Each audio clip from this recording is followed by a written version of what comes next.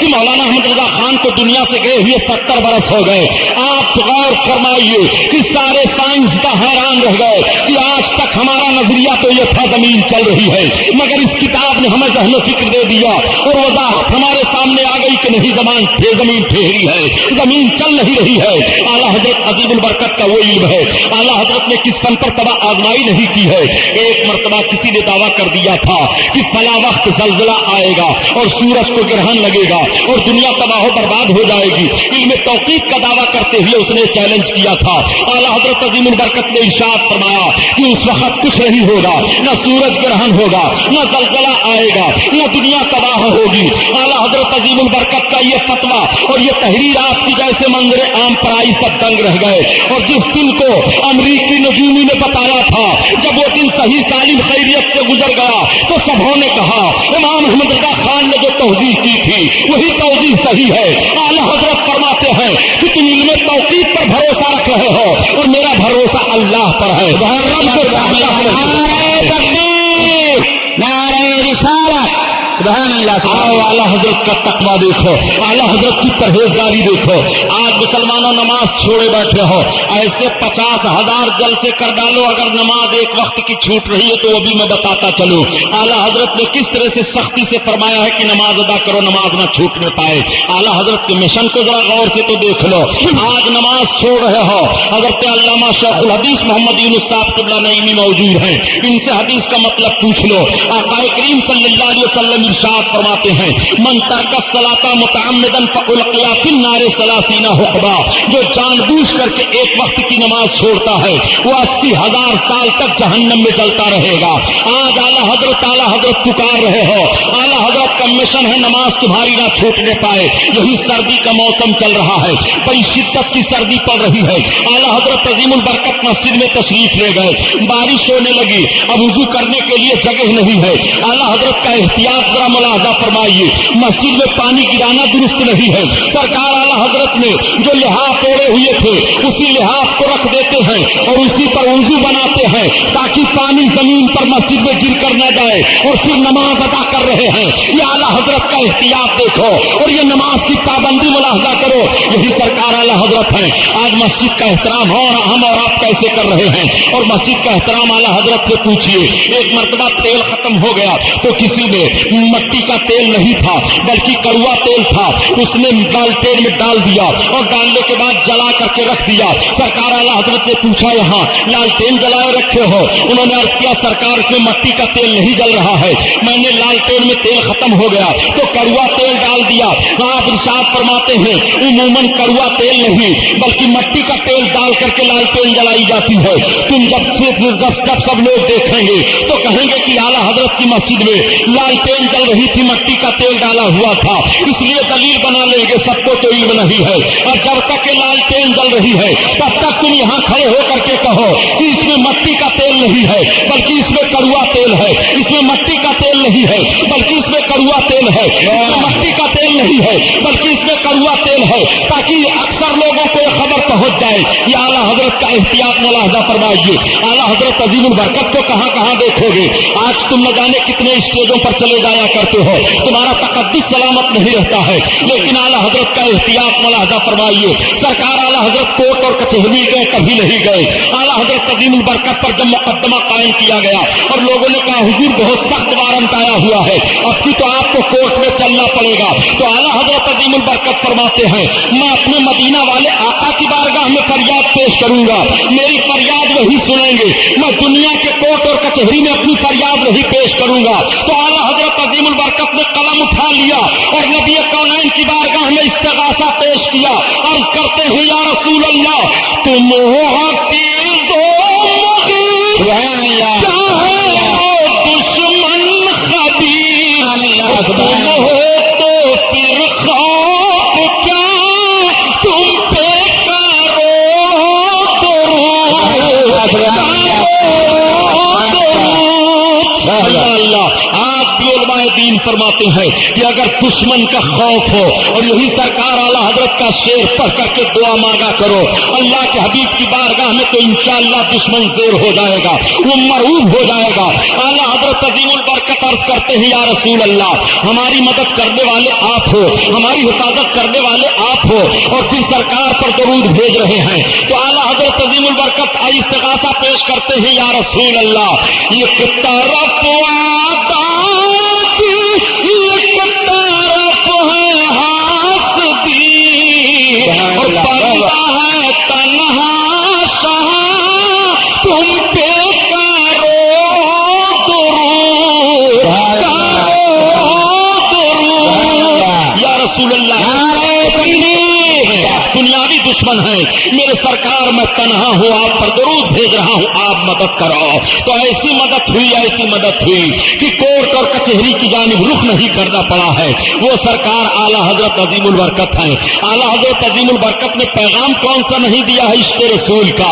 انہوں نے اپنی زندگی کو عشق رسول کے سانچے میں ڈھال لیا، اور قوم مسلم کو یہ پیغام دیا کہ اگر تمہارا دل محبت رسول کا مدینہ بنا ہوا ہے تو صحیح تم ہی جنتی ہو، اور جو رسول کائنات سے محبت کرے گا وہ نماز نہیں چھوڑے گا، جو رسول سے محبت کرے گا وہ روزہ نہیں چھوڑے گا، جو سرکار سے محبت کرے گا وہ حج نہیں چھوڑے گا، جو سرکار سے محبت کرے گا وہ قرآن کی تلاوت نہیں چھوڑے گا، جو سرکار سے محبت کرے گا وہ درود پڑھنا نہیں چھوڑے گا، جو سرکار سے محبت کرے گا ماں باپ کا احترام نہیں چھوڑے گا، جو سرکار سے محبت کرے گا بیوی کو ستائے گا نہیں، جو سرکار سے محبت کرے گا بچوں پر ظلم نہیں کرے گا، جو سرکار سے محبت کرے گا وہ خیانت نہیں کرے گا، جو سرکار سے محبت کرے گا وہ بدماشی نہیں کرے گا، جو سرکار سے محبت کرے گا وہ فساد نہیں پھیلائے گا، جو سرکار سے محبت کرے گا وہ کاہل نہیں بنے گا، جو سرکار سے محبت کرے گا وہ سستی نہیں کھائے گا، جو سرکار سے محبت کرے گا وہ بددیانتی نہیں کرے گا،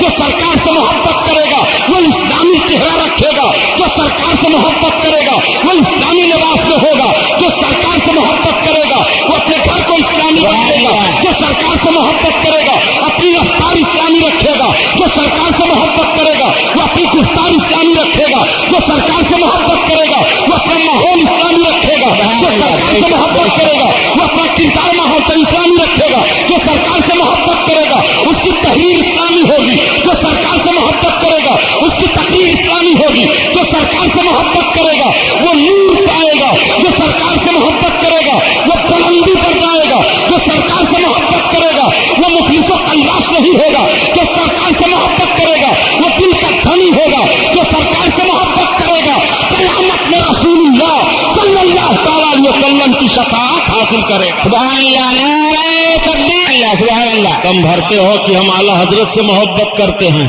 اعلی حضرت زندہ باد، اعلی حضرت کا دامن نہیں چھوڑیں گے، نماز چھوڑے ہیں، اعلی حضرت کا دامن نہیں چھوڑیں گے، شراب پی رہے ہیں، اعلی حضرت کا دامن نہیں چھوڑیں گے، ماں باپ کی نافرمانی کر رہے ہیں، اعلی حضرت کا دامن نہیں چھوڑیں گے، روزہ نہیں رکھے ہیں، اعلی حضرت کا دامن نہیں چھوڑیں گے، نہ جانے کیسے کیسے بھیانک ماحول سے تجارت کر رہے ہیں، اعلی حضرت کا دامن نہیں چھوڑیں گے، اور یہ کریں گے وہ کریں گے۔ اعلی حضرت کا دامن پکڑنے کا کیا مطلب ہے؟ کیا بہت خوبصورت کپڑا ہے جو پکڑے رہو گے اور چھوڑو گے نہیں؟ اعلی حضرت کا دامن نہیں چھوڑیں گے۔ اعلی حضرت نے جیسی زندگی گزاری ہے اس طرح سے آپ کو زندگی گزارنی پڑے گی۔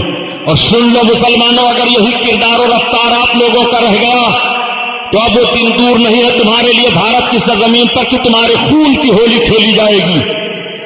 عظمت رسول کا جب جب سودا کیا گیا ہے تب تب یہ قوم تباہ و برباد کر دی گئی ہے اور تباہیوں کی طرف گئی ہے۔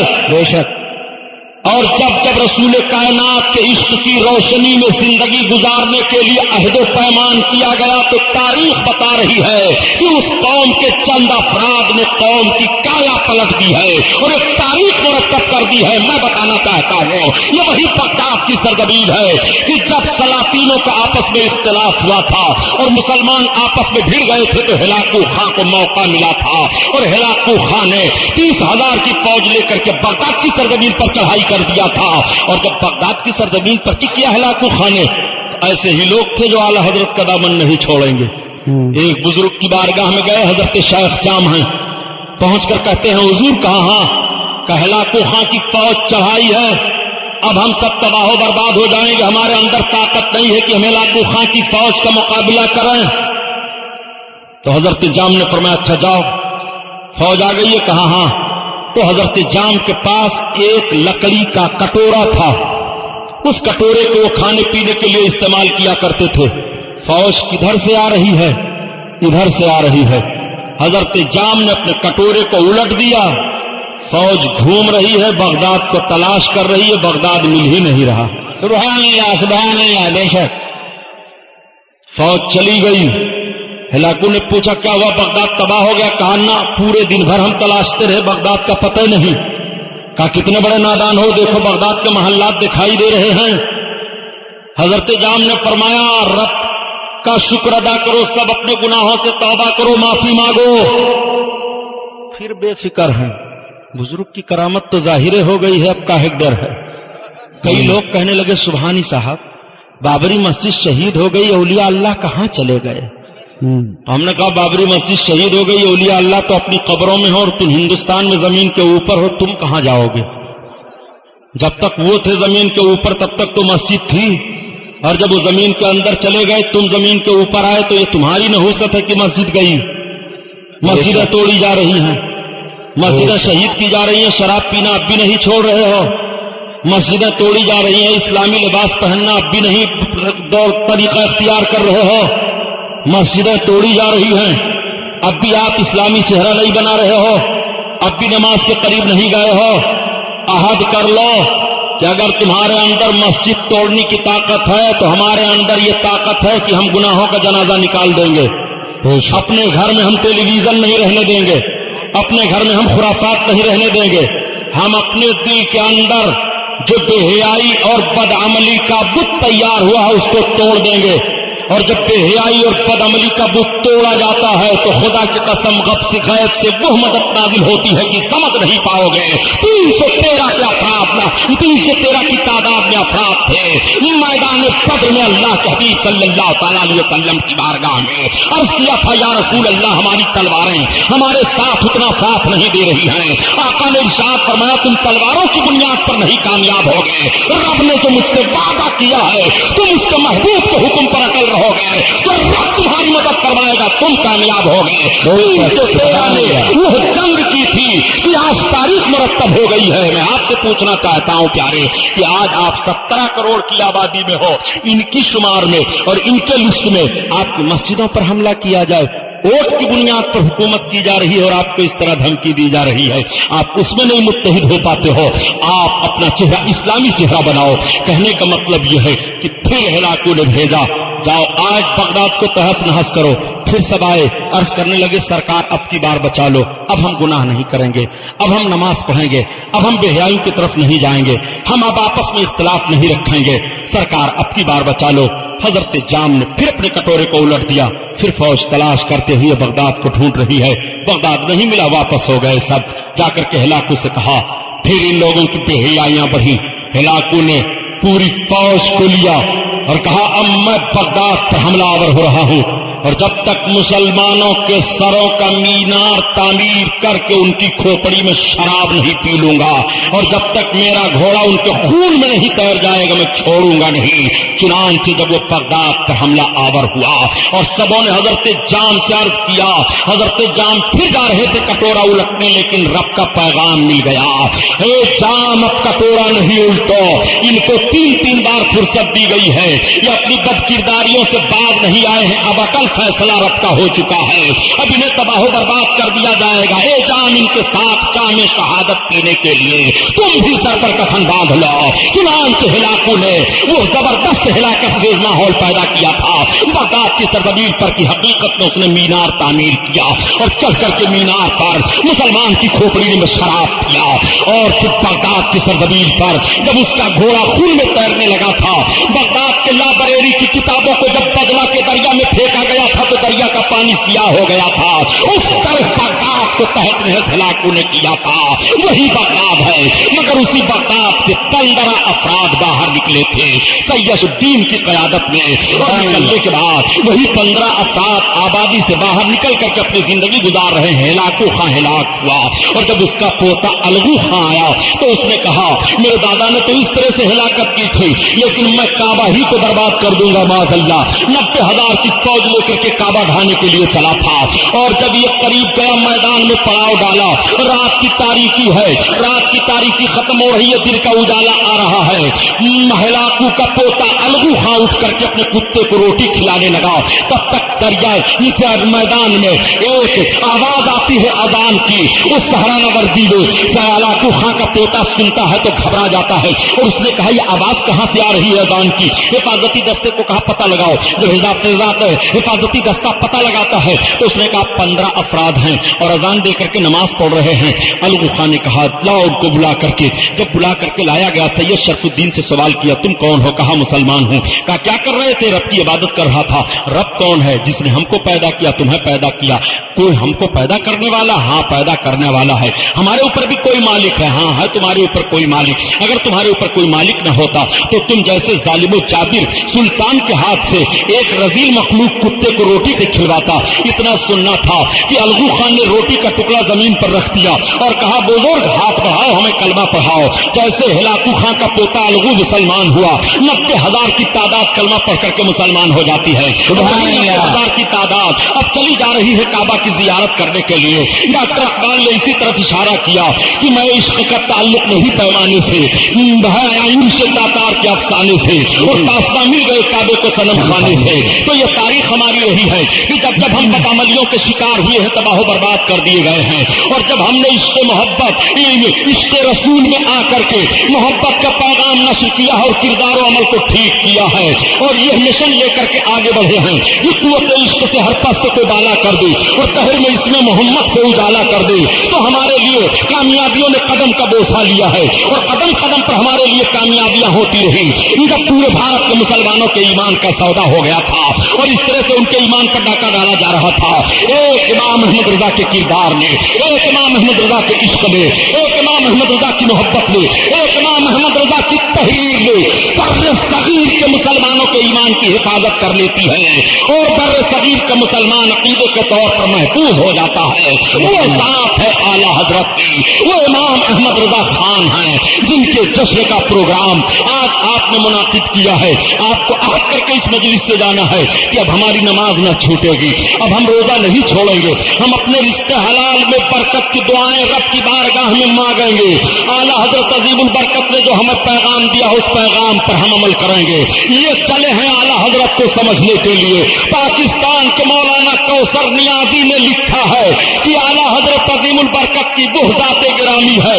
مولانا کوثر نیازی کہتے ہیں کہ جب پاکستان بنا تو پاکستان کا سب سے پہلا امور مذہبیہ کا صدر میں منتخب ہوا، اور مولانا کوثر نیازی ہی کا بیان یہ ہے کہ میں اس وقت 10,000 سے زائد دینی کتابوں کا مطالعہ کر چکا تھا اور میری لائبریری میں وہ ساری کتابیں موجود تھیں۔ مولانا کوثر نیازی کہتے ہیں کہ میرا خیال یہ تھا کہ پاکستان کی سرزمین پر مجھ جیسا دینیات میں معلومات رکھنے والا کوئی نہیں ہے، تبھی تو مجھے امور مذہبیہ کا صدر بنایا گیا ہے۔ لیکن یہی مولانا کوثر نیازی کہتے ہیں کہ میں نے دنیا میں زندگی میں اتنی روٹیاں نہیں کھائی ہیں جتنا میں نے کتابوں کا مطالعہ کر ڈالا ہے، اور کتابیں پڑھتے پڑھتے جب مولانا امام احمد رضا خان کی کتاب فتاوی رضویہ کا میں نے مطالعہ کیا تو مجھ کو ایسا لگا کہ میں سمندر کے کنارے کھڑے ہو کر کے ابھی سیپیاں چن رہا ہوں۔ یہ ہے اعلیٰ حضرت کا علم، یہ ہے اعلیٰ حضرت کی تحریر، یہ ہے اعلیٰ حضرت کی فتاوی رضویہ۔ وہی مولانا کوثر نیازی بیان کرتے ہیں کہ اردو زبان میں جب حضرت کا لفظ بولا جاتا ہے تو اس سے رسول کائنات مراد لیے جاتے ہیں، اور جب اعلیٰ حضرت کا لفظ بولا جاتا ہے تو اس سے رسول کا ایک غلام عاشق رسول مراد لیا جاتا ہے، جس کا امام احمد رضا خان ہے. امام احمد رضا خان اکیلے نہیں تھے بلکہ امام احمد رضا خان کی جب تحریر چل رہی تھی تو فتاوی رضویہ وجود میں آئی ہے. امام احمد رضا خان کا جب قلم چل رہا تھا تو سبحانہ سبوح کتاب وجود میں آئی. امام احمد رضا خان کا قلم چل رہا تھا تو الدولت المکیہ بمادۃ الغیبیہ آ رہی ہے. امام احمد رضا خان کا قلم جب چل رہا ہے تو الامن والولا کتاب آ رہی ہے. امام احمد رضا خان کا قلم جب چل رہا ہے تو تمام کتابیں وجود میں آ رہی ہیں. اور سنو جب امام احمد رضا خان درسگاہ کی طرف گھوم رہا ہے تو صدر الشریعہ جیسی ذات سامنے آ رہی ہے. کتابت کا میدان جب سامنے آیا تو شیر بشیر سنت کی ذات سامنے نظر آ رہی ہے. امام احمد رضا کی تقریر دیکھنی ہو تو حشمت علی کو دیکھو. امام احمد رضا کی فقہ کو دیکھنا ہو تو امجد علی کو دیکھو. امام احمد رضا کی تعمیر کو دیکھنا ہو تو حافظ ملت کو دیکھو. امام احمد رضا کے جہاد کو دیکھنا ہو تو مجاہد ملت کو دیکھو. امام احمد رضا کی فکر کو دیکھنا ہو تو حضرت سرکار محدث اعظم پاکستان کو دیکھو. امام احمد رضا کی حدیث کی بصیرت دیکھنی ہو تو محدث اعظم کو دیکھو. امام احمد رضا کو جس جہت سے بھی دیکھو گے تو مثل مثال پاؤ گے وہ امام احمد رضا خان ہیں. ایک لشکر دیتے ہوئے قوم کو دکھائی دے رہے ہیں. امام احمد رضا خان کسی معمولی انسان کا نام نہیں ہے. امام احمد رضا خان ہی نے بھارت کی سرزمین پر ولیوں کے چوکھٹوں کی پاسبانی کی ہے اور بزرگوں کے مزارات کے چادروں کی حفاظت کی ہے. امام احمد رضا خان کی وہ ذات گرامی ہے. آج امام احمد رضا خان پر الزام لگایا جاتا ہے عورتوں کو قبروں پر لے جا کر کے آپ گھما رہے ہو اور سیاحی آپ کر رہے ہو. گالیاں اعلیٰ حضرت کو دی جا رہی ہیں. اعلیٰ حضرت سے پوچھو مزار پر عورت کو جانے کے لیے کیا حکم ہے. اعلیٰ حضرت عظیم البرکت قرآن و حدیث کی روشنی میں تحریر فرما رہے ہیں کہ عورت جب مزار پر جانے کے لیے اپنے قدم کو باہر گھر سے نکالتی ہے تو اللہ اور اللہ کے فرشتوں کی لعنت اس پر ہوتی ہے اور جس قبر پر جاتی ہے تو صاحب میت کی روح اس پر لعنت بھیج رہی ہے. امام احمد رضا خان نے تو یہ مشن دیا ہے. امام احمد رضا خان سے جب پوچھا گیا قوالی کے تعلق سے تو آپ فرماتے ہیں مزامیر کے ساتھ قوالی سننا حرام ہے حرام ہے. امام احمد رضا خان سے جب چادروں کے تعلق سے سوال ہوا تو امام احمد رضا خان فرماتے ہیں کہ بزرگ کے مزار پر ایک چادر چڑھا دو اس باہر اظہار عظمت کے لیے کافی ہے. بقیہ ڈھیر چادریں اٹھا لی جائیں اور خرید فروخت کر کے وہ پیسہ غریبوں پر تقسیم کر دیا جائے. امام احمد رضا خان سے جب پوچھا جا رہا ہے چراغ جلانے کے لیے مزاروں پر تو ارشاد فرماتے ہیں کہ جہاں شاہراہ ہو راستہ لوگ جا رہے ہوں اور بزرگ کی قبر کی عظمت کی اظہار کا معاملہ ہو ایک چراغ کافی ہے یا کچھ روشنی کر دی جائے جس سے لوگ سمجھ جائیں اللہ کے ولی کا یہ مزار ہے یا اللہ کے ولی کی قبر ہے اور راستے میں قبر کی بھی حرمتی نہ ہونے پائے راستے میں تکلیف نہ پہنچنے پائے. اعلیٰ حضرت سے جب اگربتی سلگانے کے تعلق سے پوچھا گیا تو آپ فرماتے ہیں کہ جہاں پر لوگ خوشبو حاصل کرنے والے ہوں وہاں پر اگربتی جلائی جائے اور قبر سے کم 3-4 ہاتھ کے فاصلے پر جلائی جائے. اگر لوگ خوشبو سونگھنے والے ہوں تو وہاں سے گزر رہے ہوں تو ورنہ مال کو ضائع کرنے سے کوئی فائدہ نہیں ہے. اعلیٰ حضرت کو یہ ساری چیزیں دے رہے ہیں اور بدعت کا قلعہ کما کر رہے ہیں اور اعلیٰ حضرت کے نام پر بدعت کا ماحول پیدا کر کے اعلیٰ حضرت کو تم بدنام کر رہے ہو اور فسق و فجور میں مبتلا ہو کر کے درسگاہوں سے لے کر کے خانقاہوں تک کی بے حرمتیاں پیدا کر کے اعلیٰ حضرت کے نام پر کلم کے ٹیکے ہم اور آپ بنے ہوئے ہیں. وہ سرکار اعلیٰ حضرت عظیم البرکت کی عظیم ذات گرامی ہے. پیارے اعلیٰ حضرت نے کہاں تمہارے لیے نشاندہی نہیں کی ہے اور کس انداز سے اعلیٰ حضرت نے آپ کو بچایا نہیں ہے. آج آپ اپنے کردار و عمل کو دیکھیے اور اس کردار و عمل میں آپ جائزہ لیجیے کہ اعلیٰ حضرت کے مشن پر ہمارا کس طرح سے عمل ہے اور ہم کس طرح سے عمل کرتے دکھائی دے رہے ہیں. پیروں کے ہاتھ چومنے کی بات آ رہی ہے تو آج جو پیروں کو سجدہ کیا جاتا ہے معاذ اللہ بڑی سختی سے منع کیا گیا. ہاتھ اور پیر کا ان کے بوسہ لے سکتے ہو جس طرح سے بوسہ لینے کا دستور ہے لیکن جس طرح سے سجدہ کر رہے ہو اس طرح سے اپنی پیشانی اور ہاتھ رکھ کر کے جب ان کے لیے تعظیم کرتے ہو تو فوراً شریعت پابندی لگا رہی ہے. نہیں سجدے کسی تعظیم تم کسی پیر کی نہیں کر سکتے ہو. تعظیم کرنے کا تمہیں ایک ڈھنگ بتایا گیا ہے.